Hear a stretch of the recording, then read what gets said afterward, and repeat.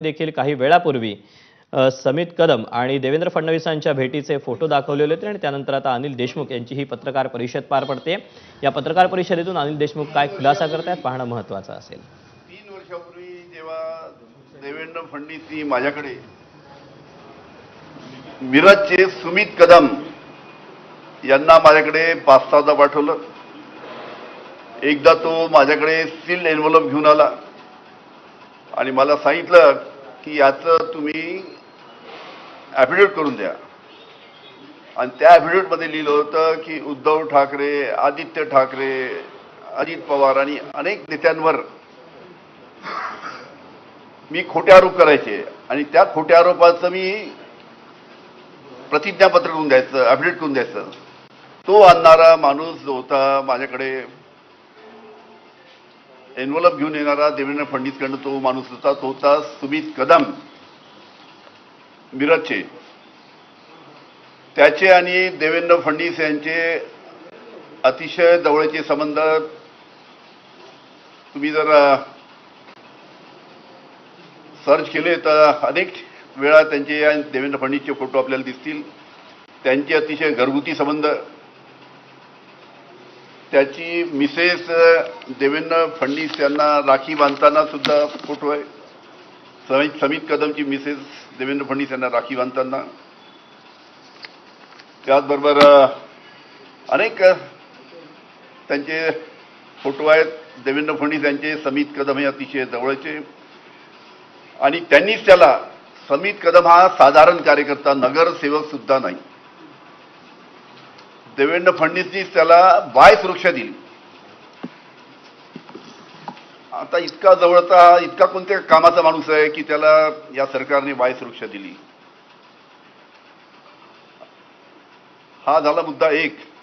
तुम्ही मिरज, सांगली त्या भागात जर चौकशी केली तर कोणी तुम्हाला सांगेल की समित कदम आणि देवेंद्र फडणवीसचे काय संबंध आहे। विषय राहिला दुसरा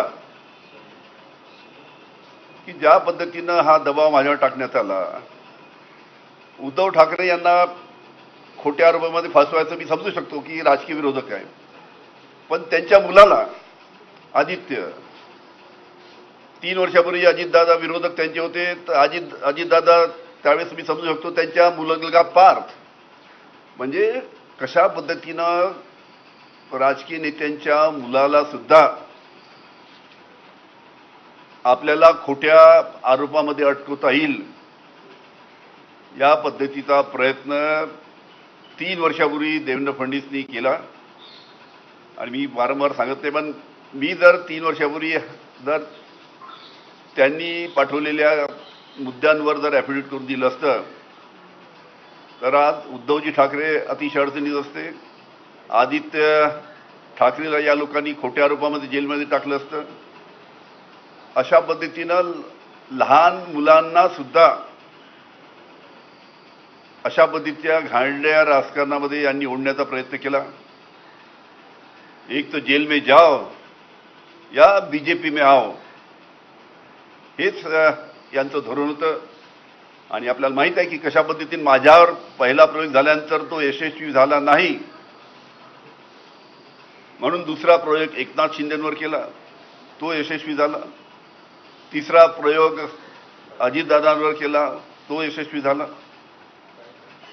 आणि माझ्यावर प्रयोग जर केला असता, माझ्यावर जो प्रयोग केला जो 3 वर्षापूर्वी यशस्वी झाला असता, तर तेव्हाच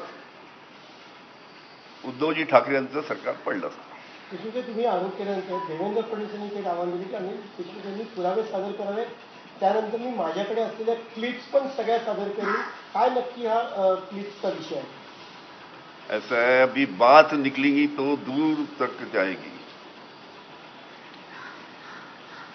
जोरों का झटका धीरे से, सब आपके सामने धीरे धीरे आएगा।